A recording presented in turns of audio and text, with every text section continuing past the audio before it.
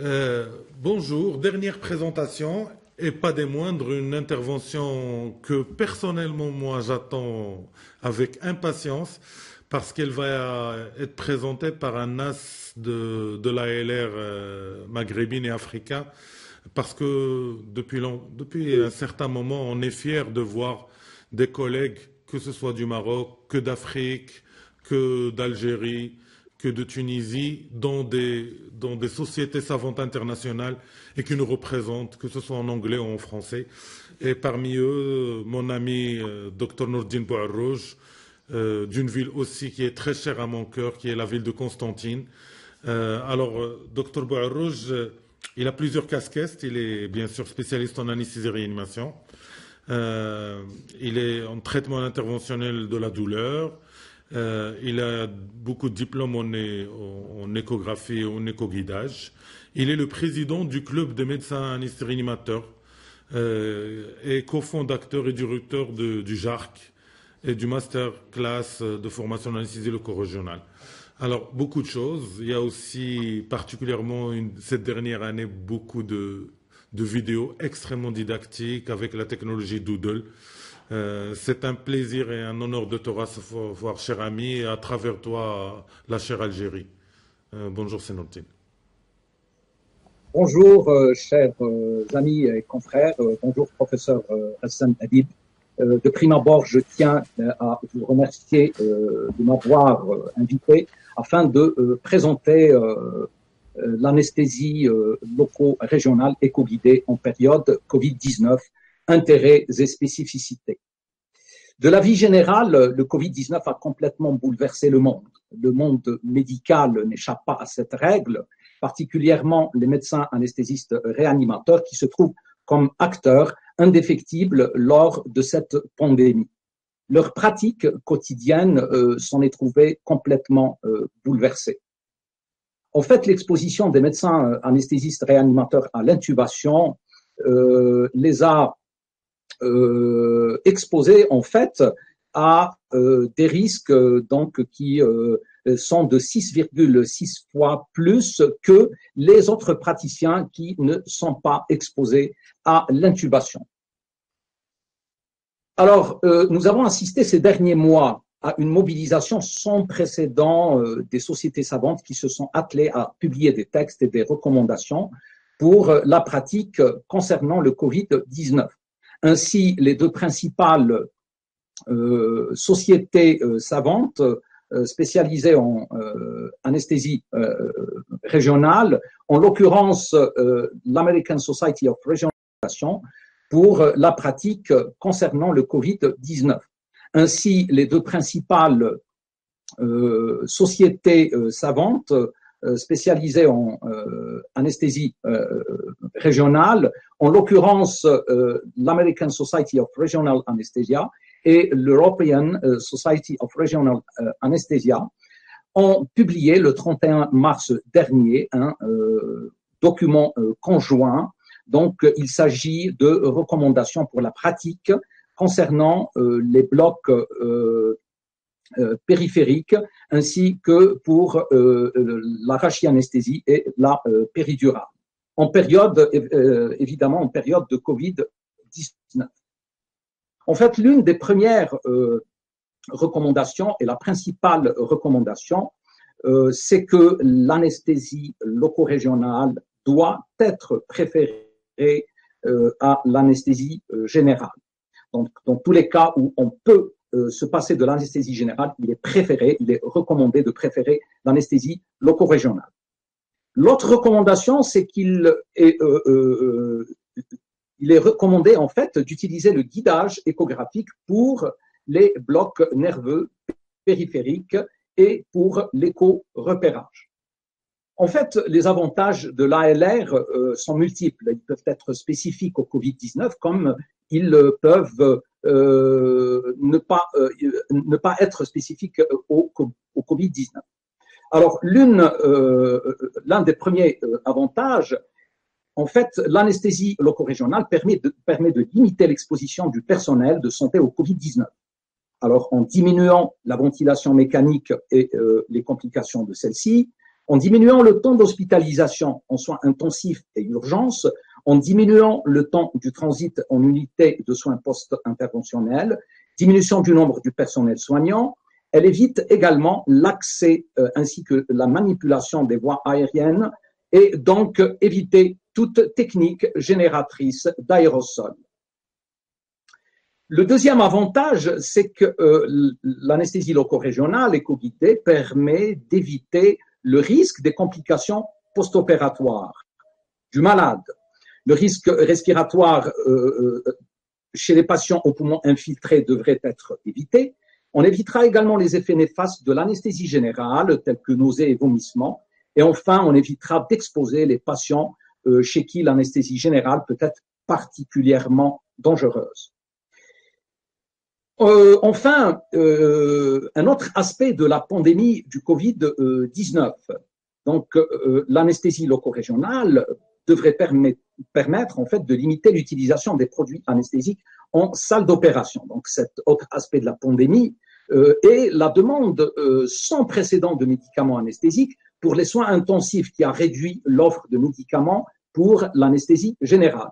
Le Collège royal des anesthésistes du Royaume-Uni a suggéré l'anesthésie loco-régionale comme solution à ces problèmes.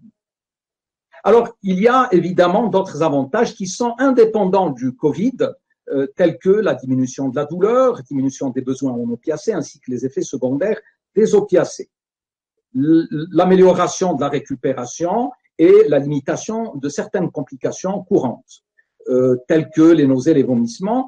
Enfin, la diminution des dysfonctions cognitives.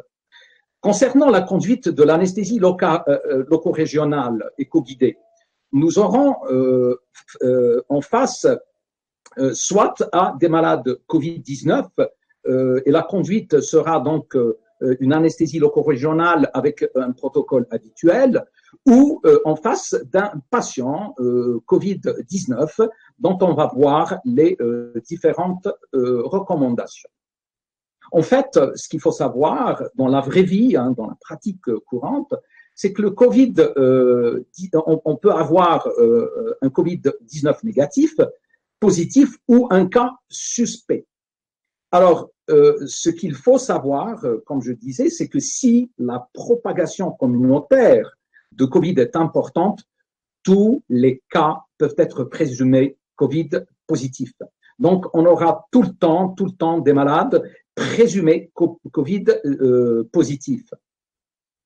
Alors, il y a la première chose à faire, en fait, c'est de prévenir la transmission de Covid-19. Alors, l'association, donc, il y a une société savante, l'Anesthesia Patient Safety Foundation, a justement publié différentes recommandations concernant cette prévention périopératoire de la transmission de Covid-19. Bon, hygiène des mains, c'est important, même s'il faut toujours le répéter, lavage fréquent des mains au savon et l'eau pendant moins de 20 secondes, solution hydroalcoolique lorsque les mains ne sont pas visiblement sales. Et il faut doubler les gants. Alors, le deuxième point, c'est un point qui est également très important, il s'agit de l'équipement de protection individuelle. Il ne faut jamais oublier que la protection personnelle du praticien doit être sa priorité. Alors, concernant la protection individuelle, il ne faut pas, comme je l'ai dit, oublier que c'est la priorité. Il faut pratiquer une hygiène des mains, porter un masque N95 ou FFP2 testé avec un protecteur facial, un masque en plastique, une casaque et des gants. Donc, après avoir retiré l'équipement de protection, évitez de toucher les cheveux ou le visage avant de se laver les mains. Respectez l'hygiène des mains avant et toute procédure. Donc, avant de faire quoi que ce soit, il faut toujours soit mettre une solution hydroalcoolique ou se laver les mains. Enfin, donc, tout malade doit porter un masque facial. Alors, il faut évidemment éviter l'oxygène à haut débit à l'aide de lunettes nasales Et quand vraiment le malade a besoin d'un apport d'oxygène, il faut préférer un masque aux lunettes. Et le débit d'oxygène doit naturellement être réglé au minimum nécessaire pour maintenir une saturation optimale.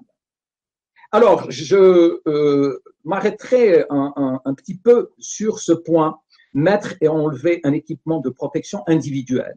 En fait, on sait que c'est au cours donc de la mise et surtout de la mise des équipements de protection individuelle, ou quand on les enlève, c'est là où il y a des ce qu'on appelle des contaminations. Les praticiens s'autocontaminent, donc il vaut mieux connaître toutes les étapes. Donc, quand on les met, il faut se laver les mains, mettre une casaque, puis mettre un masque, se protéger les yeux avec des lunettes et mettre des gants. Et quand on enlève, on enlève d'abord les gants, on enlève la casaque ensuite, on se lave les mains, on enlève les lunettes de protection, on se lave les mains, on enlève le masque et on se lave les mains. Donc, en gros, ce qu'il faut retenir, c'est qu'il faut prendre son temps du début à la fin. Il faut donc mettre et enlever les équipements en présence d'un observateur. Il est recommandé de faire ça. Il est également recommandé de faire des simulations afin de s'entraîner à mettre et enlever les équipements de protection individuelle. Enfin, la protection du malade. Il faut une bonne organisation et il faut augmenter la fréquence de la qualité du nettoyage, désigner des zones propres et sceptiques et désigner des circuits Covid+. Il faut protéger les équipements, échographes, moniteurs, etc. par des housses en plastique et stériliser les équipements conformément aux règles de bonne pratique hospitalière. La prévention toujours périopératoire de la transmission de Covid, il y a la décontamination des malades, donc c'est l'une des recommandations, avec l'utilisation justement de la fameuse bétadine iodée en spray nasal et en bain de bouche durant le Covid-19. En fait, il est recommandé justement de faire cette décontamination nasale et oropharyngée avec les malades, mais le personnel soignant peut également la faire. Donc, il y a ici un résumé donc du protocole. Tous les patients et professionnels de la santé, une solution de bétadine de 0,5% administrée avec une dose de 0,3 ml dans chaque narine, de préférence à l'aide d'un atomiseur. Il faut faire 2 pulvérisations pour chaque narine. Donc, voilà. Il faut ensuite donner aux malades donc pour faire des bains de bouche et ensuite une gargarisation. Cela permettra en fait de décontaminer les malades Covid+. Enfin, il faut accorder une importance capitale à la gestion du bloc opératoire en période de crise de Covid. Actuellement, il est recommandé justement que le roulement du personnel soit relativement lent, donc un exemple de 12 heures. Cela permettra d'économiser les bavettes et tous les équipements de protection individuelle. Il faut faire sortir les malades juste après l'intervention, juste après l'éco-guidage et après l'intervention, il faut les sortir carrément dans les services dédiés au Covid. Alors, il faut éviter aussi au maximum la conversion en anesthésie générale. Les conversions en anesthésie générale entraînent un risque accru d'aérosolisation. Alors, ce qui est recommandé, c'est que si la probabilité de conversion est grande, il faut d'emblée faire une anesthésie générale et on ne saura jamais mettre l'accent sur l'intérêt de la communication entre chirurgiens et médecins anesthésistes réanimateurs. Alors, l'utilisation de l'échographie dans les anesthésies médulaires a été longuement publiée au cours de ces 20 dernières années. Donc, il y a un intérêt réel du repérage échographique pour la réalisation d'anesthésie péridurale en obstétrique et autres types de chirurgie. Alors, l'éco-repérage améliore le taux de succès et il est surtout utile chez l'obèse ou chez les patients présentant des pathologies rachidiennes. Alors, une spécificité justement du Covid-19, c'est l'association des thrombopénies à des formes sévères de Covid-19 avec une augmentation du taux de mortalité. Il ne faut jamais oublier de demander une formule afin d'éliminer une thrombopénie sévère. Alors, on a parlé beaucoup dans la littérature de complications neurologiques liées au Covid. Alors, bien qu'il n'y ait pas scientifiquement de preuves sur la présence de virus SARS-CoV-2 dans le LCR, il faut éviter justement de laisser couler librement le LCR. Concernant également les anesthésies médulaires, il y a eu des publications sur justement les hypotensions artérielles qui ont été décrites chez les femmes enceintes Covid positives. Alors, c'est des séries en fait qui ne sont pas très grandes comme celle-ci. Il y a une série de 17 parturientes. Donc, malgré qu'il n'y a pas de preuves scientifiques sur le fait que le Covid entraînerait une hypotension artérielle importante au cours des rachianesthésies, donc il faut tout le temps prévenir l'hypotension en donnant des substances vasopressives. Concernant le blood patch et le bloc du ganglion sphénopalatin pour les céphalées post-brèche turmérienne, alors c'est clair que le bloc du ganglion sphénopalatin est à éviter vu le risque d'aérosolisation. Les blood patch également, il est recommandé de les éviter au maximum, sauf dans des cas sévères, vu le risque donc de contamination du LCR. Concernant les adjuvants périneuraux, il faut tout le temps mettre en balance les risques d'immunosuppression possibles, comme avec la dexaméthasone, les risques de sédation, bradycardie et hypotension avec la clonidine, et surtout d'erreurs médicamenteuses et de contamination médicamenteuse. Les cathéters périneuraux également, il faut faire il faut peser le bénéfice et le risque des cathéters périneuraux qui nécessiteraient plus de personnel, qui sont plus coûteux et qui nécessitent plus de contact avec le malade. La sédation, par contre, doit être évitée au maximum. Alors, si nécessité, il faut diminuer les doses. L'utilisation de faibles doses d'anesthésiques locaux ainsi que l'utilisation des anesthésiques locaux à courte durée sont à éviter vu le risque de conversion en anesthésie générale. Concernant le matériel d'anesthésie loco-régionale, il doit être préparé et recouvert de housse en plastique, comme on l'a vu, afin d'éviter la contamination. Le bloc doit être réalisé exclusivement au bloc opératoire et en salle de travail concernant les péridurales pour le travail. Donc, il faut éviter tout autre endroit vu le risque d'infection croisée. Alors, il faut savoir aussi qu'il est recommandé que le bloc doit être pratiqué par le médecin anesthésiste réanimateur le plus expérimenté. Les blocs qui devraient être réalisés, donc, c'est les blocs en fait qui ont le moindre effet sur la fonction respiratoire. Donc, il faut éviter tout bloc interscalénique du fait du risque de paralysie du nerf phrénique. Préférer le bloc axillaire au bloc ou le bloc infraclave par rapport au bloc supraclaviculaire du fait du risque de pneumothorax. Et deuxièmement, les blocs faciaux, il faut préférer ceux qui nécessitent le moins de changements de position et de manipulation vu le risque d'aérosolisation et d'extubation.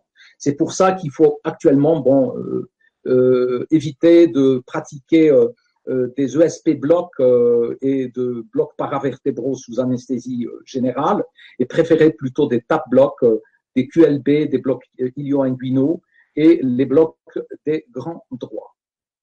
Enfin, concernant la formation en anesthésie loco-régionale éco-guidée et Covid-19, il s'agit d'un autre aspect de la pandémie Covid-19. Alors, vu que l'ALR est pratiquée par des seniors, que la chirurgie programmée est annulée, particulièrement la chirurgie en orthopédie, vu également que les journées de formation ont toutes été reportées, même les congrès, alors on remarque qu'il n'y a plus de formation en ALR éco-guidée.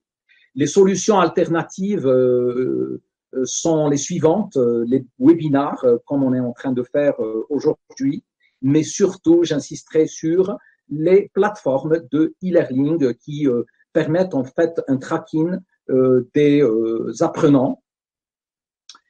Et je pense qu'il faut vraiment développer ces plateformes. Je terminerai par cette citation d'Albert Camus dans son roman La peste à Oran, en faisant dire au docteur Rieux le meilleur moyen de lutter contre la peste, c'est l'honnêteté. Faire mon métier. Merci. Merci beaucoup. J'ai pas d'écho, j'entends. Merci beaucoup. Ouais. Vous m'entendez? Oui. Oui. Alors, merci beaucoup. Au fait, je me rends compte de la difficulté qu'on vous a donnée. C'est une tête de chapitre ce qu'on vous donnait. Donc, vous étiez obligé de la traiter de la sorte en traitant les différents aspects. Je pense que vous nous avez donné l'idée de réfléchir à une manifestation ALR. Je pense. Excellent.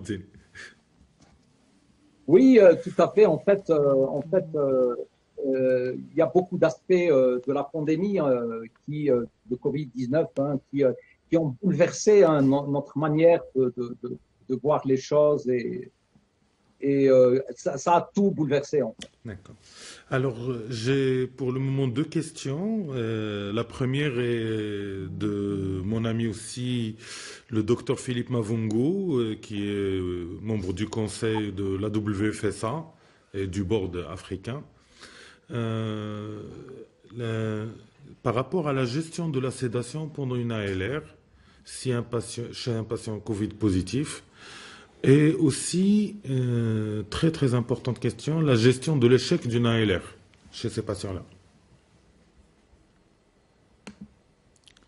Oui, bon, concernant la sédation, c'est clair, il est actuellement recommandé justement d'éviter au maximum la sédation. Déjà, avant même l'avènement du Covid-19, il y avait plusieurs écoles. En fait, il y a des écoles, il y a des écoles qui font des ALR sans sédation, d'autres qui le font avec sédation. Actuellement, l'ADRA et pratiquement toutes les sociétés savantes disent qu'il faut à tout prix éviter la sédation. C'est clair qu'en sédatant un malade, on va devoir mettre en route une oxygénothérapie ou peut-être même une ventilation non invasive. Donc, ça va aller à l'encontre des recommandations et à l'encontre de ce qu'on voudrait faire. Donc, il est recommandé, donc c'est clair, les recommandations sont claires. Il est recommandé de ne pas faire de sédation.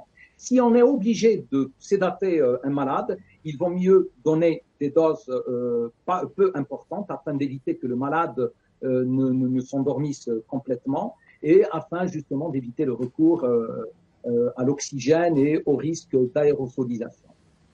Et par rapport à l'échec? Comment?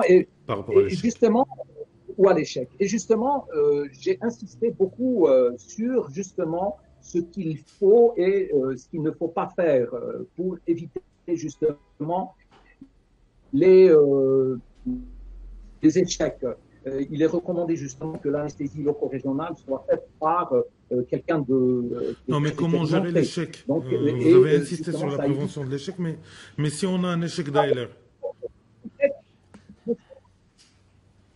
quand on a un échec à l'ALR, c'est clair, il faut basculer vers les recommandations concernant l'anesthésie générale.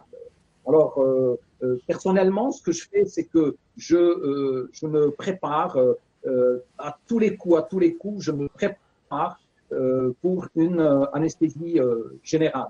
C'est-à-dire qu'il faut mettre, on met déjà, les équipements de protection sont là, et donc il faut se préparer. Tout est question de préparation. Parce que si on ne se prépare pas, on peut être vraiment exposé à des soucis qui peuvent augmenter la contamination, etc. Justement, une question qui est en relation avec ça, soit la contamination, soit sédation, c'est une question de mon ami Dr Bouhali. Est-ce que l'oxygénation est-elle systématique pendant une ALR? Je devine la réponse. Écoutez, personnellement, je n'oxygène pas systématiquement les malades. Surtout que les malades sont moins... Oui, mais même nous, ça fait longtemps, même pendant les césariennes classiquement qui prenaient de l'oxygène, on n'utilise plus d'oxygène. D'ailleurs, dans ce contexte-là, il faut éviter. Et si on est obligé, soit à condition de patient qui nous l'oblige, soit on a une désaturation qui arrive, le patient doit porter un masque. Et tu as très très bien parlé. On est en train de mener un travail très intéressant sur les bains de bouche, Senordine. Oui. En fait, c'est de nouvelles recommandations. Nous-mêmes, à la clinique, on est en train de décontaminer les malades. Dès lors qu'on considère que chaque malade est Covid plus présumé. Et donc, du coup, les malades, 1 heure avant l'intervention, même les césarisés, même les césariennes, etc., toute loco-régionale. Je ne parle même pas d'anesthésie générale. Toute loco-régionale, on donne à ces parturiantes ou à tous ces malades, on leur donne des bains de bouche de bétadine, donc plutôt de sérum bétadiné avec de d'iode. On pulvérise également au niveau des 2 narines et on leur donne à gargariser. Des gargarisations. Ce qu'il faut dire, c'est que y a des gens qui disent que, surtout en Afrique, il y a des pays où il n'existe pas de spécialité en fait de solutions toutes prêtes de bétadine nasale. Nous-mêmes, on n'en a pas. Donc, ce qu'il faut, c'est de faire des dilutions, de faire revenir la bétadine classique à 10%. Il faut la faire revenir avec du salé, du sérum salé, et avoir des solutions de 0,1%. Alors, ça, c'est très intéressant. Ce que tu es en train de dire, Senordine, c'est que au lieu de nous focaliser sur notre protection à nous, le FFP2, la meilleure façon de protéger les professionnels, c'est de faire des gestes chez les patients. C'est de faire porter des masques aux patients, c'est leur donner à nettoyer leur bouche et leurs narines avec des solutions qui sont simples, c'est de leur mettre à leur disposition de l'alcool, et là, le professionnel est protégé. Tout à fait. D'accord. Tout à fait, ça rejoint la situation que j'ai mentionnée en fin de la conférence. Ce qu'il faut, il faut faire son travail, il faut bien faire son travail selon les recommandations, selon les règles de l'art. Donc, et là, j'ai insisté particulièrement à cette utilisation de bétadine. J'invite mes confrères à en faire autant. Parce qu'au fond, c'est une pratique qui ne va pas aggraver le malade. La bétadine ne pourra jamais aggraver le malade. Bon, il y a des hésitations. Il y a certaines sociétés savantes qui hésitent justement à parler de ces recommandations. Mais il est clair, il y a des études, il y a plein d'articles. Nous, on est en train de mener une étude. Voilà. Alors, l'activité viricide de la bétadine est établie. Ils ont fait des études justement bien avant le Covid-19 et c'est clair que la bétadine, elle donne des résultats. Ben, parfait. Ma dernière question. Maintenant, c'est vrai que la LR elle a son rôle important à jouer pendant cette période Covid, mais bientôt, le déconfinement va arriver dans certains pays. Des malades qui ont été laissés pour compte, qui vont arriver, qui ont besoin de chirurgie, qui sont plus graves. Et puis, on ne saura pas départager quels sont les circuits de bloc Covid, non Covid, où il faudra faire des niveaux de protection optimales pour tous. Euh, et puis les patients cancéreux qui ont une perte de chance en ce moment par rapport au cathéter, on sera obligé de recommencer et de reproduire certaines activités, notamment dans la LR telles que les cathéters. Quel est ton avis là-dessus? Oh, c'est vrai que les cathéters périnerveux, actuellement, il est recommandé justement de ne pas trop les mettre. Et il y a d'autres recommandations, je parle en cas d'anesthésie loco-régionale. Mais pour le traitement antidouleur, je pense qu'il faut les mettre parce qu'il ne faut pas laisser les gens, justement souffrir, laisser les gens souffrir. Il faut commencer dès à présent à les mettre, à penser à les mettre. Et je pense que même l'après Covid, je pense qu'il n'y aura pas d'après Covid parce que tout bonnement, hein, c'est probable que le Covid sera parmi nous tout le temps, comme l'a été la tuberculose ou d'autres fléaux. Donc, dès à présent, je pense qu'il faut faire un travail de réflexion. C'est le rôle des sociétés savantes, un grand travail de réflexion. Par rapport à la formation, j'insiste sur cet aspect-là. Même en France, aux États-Unis, ils ont ce même problème. Alors, le grand nombre de résidents qui devaient faire leur rotation concernant l'anesthésie loco-régionale ne l'ont pas fait. Donc, ils vont peut-être bientôt avoir leur diplôme sans qu'ils aient touché à la sonde. Donc, il faut essayer de résoudre ces problèmes et d'apporter des alternatives. Alternatives, notamment le partenariat public-privé, parce qu'il y a des cliniques privées qui sont très développées dans la LR. Et c'est une occasion peut-être de faire ces échanges-là dans la formation pratique, parce que c'est... Alors, Hicham voudrait intervenir apparemment. Active l'audio, professeur Sbaï. Oui, alors merci pour cette présentation intéressante sur l'ALR dans l'ère Covid. J'ai une petite question par rapport, plutôt une discussion à partager par rapport à la bétadine, puisque la bétadine il y a un intéressant intérêt pour l'ALR chez les patients Covid. Il est recommandé de l'utiliser chez eux. Pourquoi ne pas recommander d'utiliser la bétadine pour tous les malades qui sont admis au bloc opératoire et pour l'ALR et pour on ne peut pas proposer cette solution, même si les patients ne sont pas Covid, parce qu'il y a toujours des surprises derrière. Il y a des malades qui vont être, qu'on va découvrir par la suite positive, juste pour se protéger, justement, comme a dit mon ami Hassan. C'est l'une des meilleures façons de se protéger, nous les professionnels, c'est d'aller vers le patient et de donner cette bétadine en plus des autres moyens, bien sûr. Je ne sais pas quel est votre avis sur ça. Oui. En fait, les recommandations concernant la bétadine, c'est pour tous les malades. Alors c'est clair qu'il faut songer à les utiliser chez tous les malades. Et les recommandations également portent sur le personnel de santé. C'est-à-dire que même le personnel qui penserait peut-être avoir un Covid, où ils peuvent justement se faire des bains de bouche ou s'ils pensent avoir été contaminés. Donc ça devrait vraiment être utilisé